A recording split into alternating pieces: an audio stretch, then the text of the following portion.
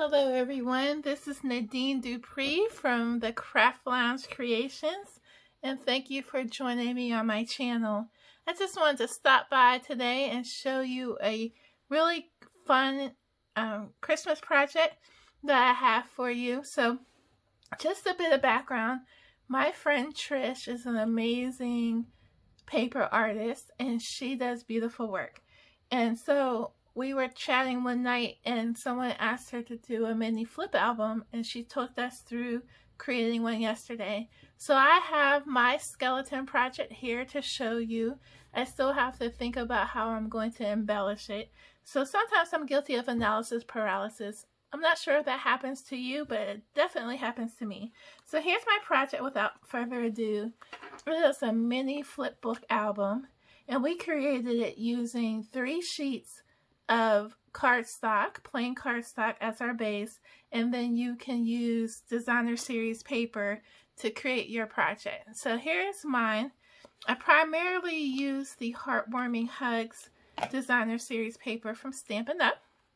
I am an independent Stampin' Up demonstrator, by the way, and if you don't have a demonstrator, then I would love to be yours. And don't mind that falling. It was just my random iPad falling from the sky. Because, you know, why else? Because we're live and recording. So here is the album. Let me flip it open for you. This is the front cover when you flip it open.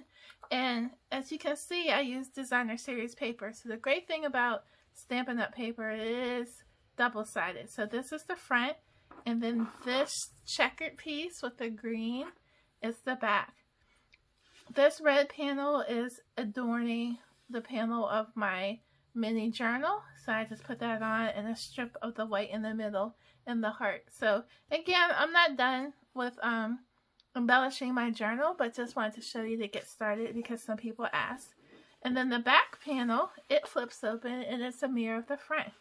Okay, so here in the middle you have this square, and this is where I call it the launching pad. In this project, it flips, it flops, it folds. It's fabulous.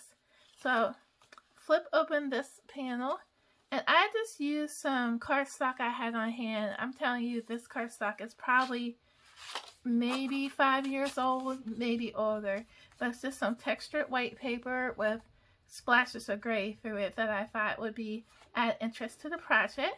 You fold these pieces over, and there's 2 panels that both fold open. Okay, and then you can decorate here in this portion, and then you can decorate on its on the twin side as well. So you could decorate on this side. So let's go back to the center, and then here we have our Dutch panel. So they are bifolding doors, if you will. I put another piece of designer series paper from a different pack on there, flipped it open, and I have this gray textured paper. And again, this paper is from a pack, a 12 by 12 pad that I've had for years, and it matches with the white piece nicely, and it coordinates with my paper. It doesn't take away anything. I think it adds interest. And then before I added this extra panel, I did put down a piece of designer series paper with the real red. And then I adhered my flap. I put on the plaid paper. I decorated my panels, as you can see. And everything just flips and folds back together so nicely. You can see it coming back together. And then I have my panel to fold in. And we are back to our starting point. And when you flip it over, you'll see that I ran some royal red ribbon across the back as my closure. And I have a piece of designer series paper. Now the instructions say to trim your paper, but Trish knows the book actually is a 6x6 project. So honestly, I did not cut my DSP. This is 6x6 paper, and I just simply adhered it to my panels. And then all the smaller panels we had measurements for.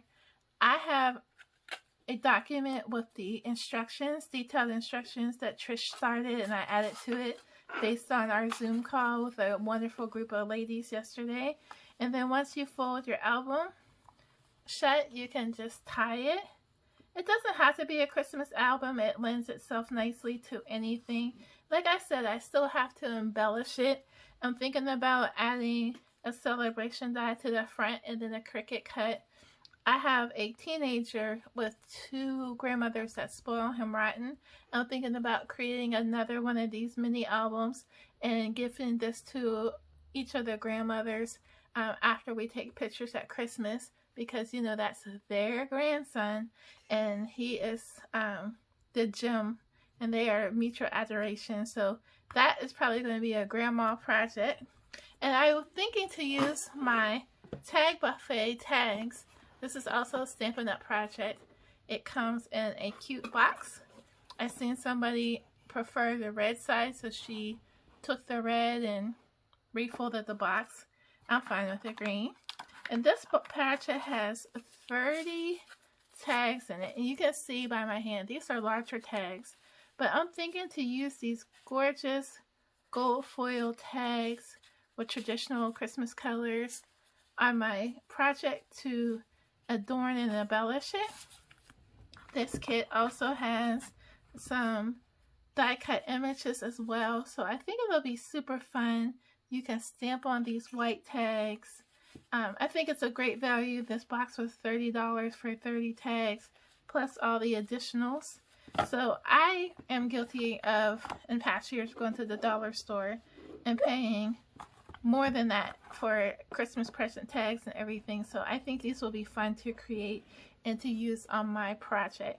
So I do have a file to share. I appreciate Trish. You can check her out over at Scrappin' Sisters, and my page is Craft Lounge Creations. I appreciate being here with you today. Thank you for your time. Hope to see you soon. Take care.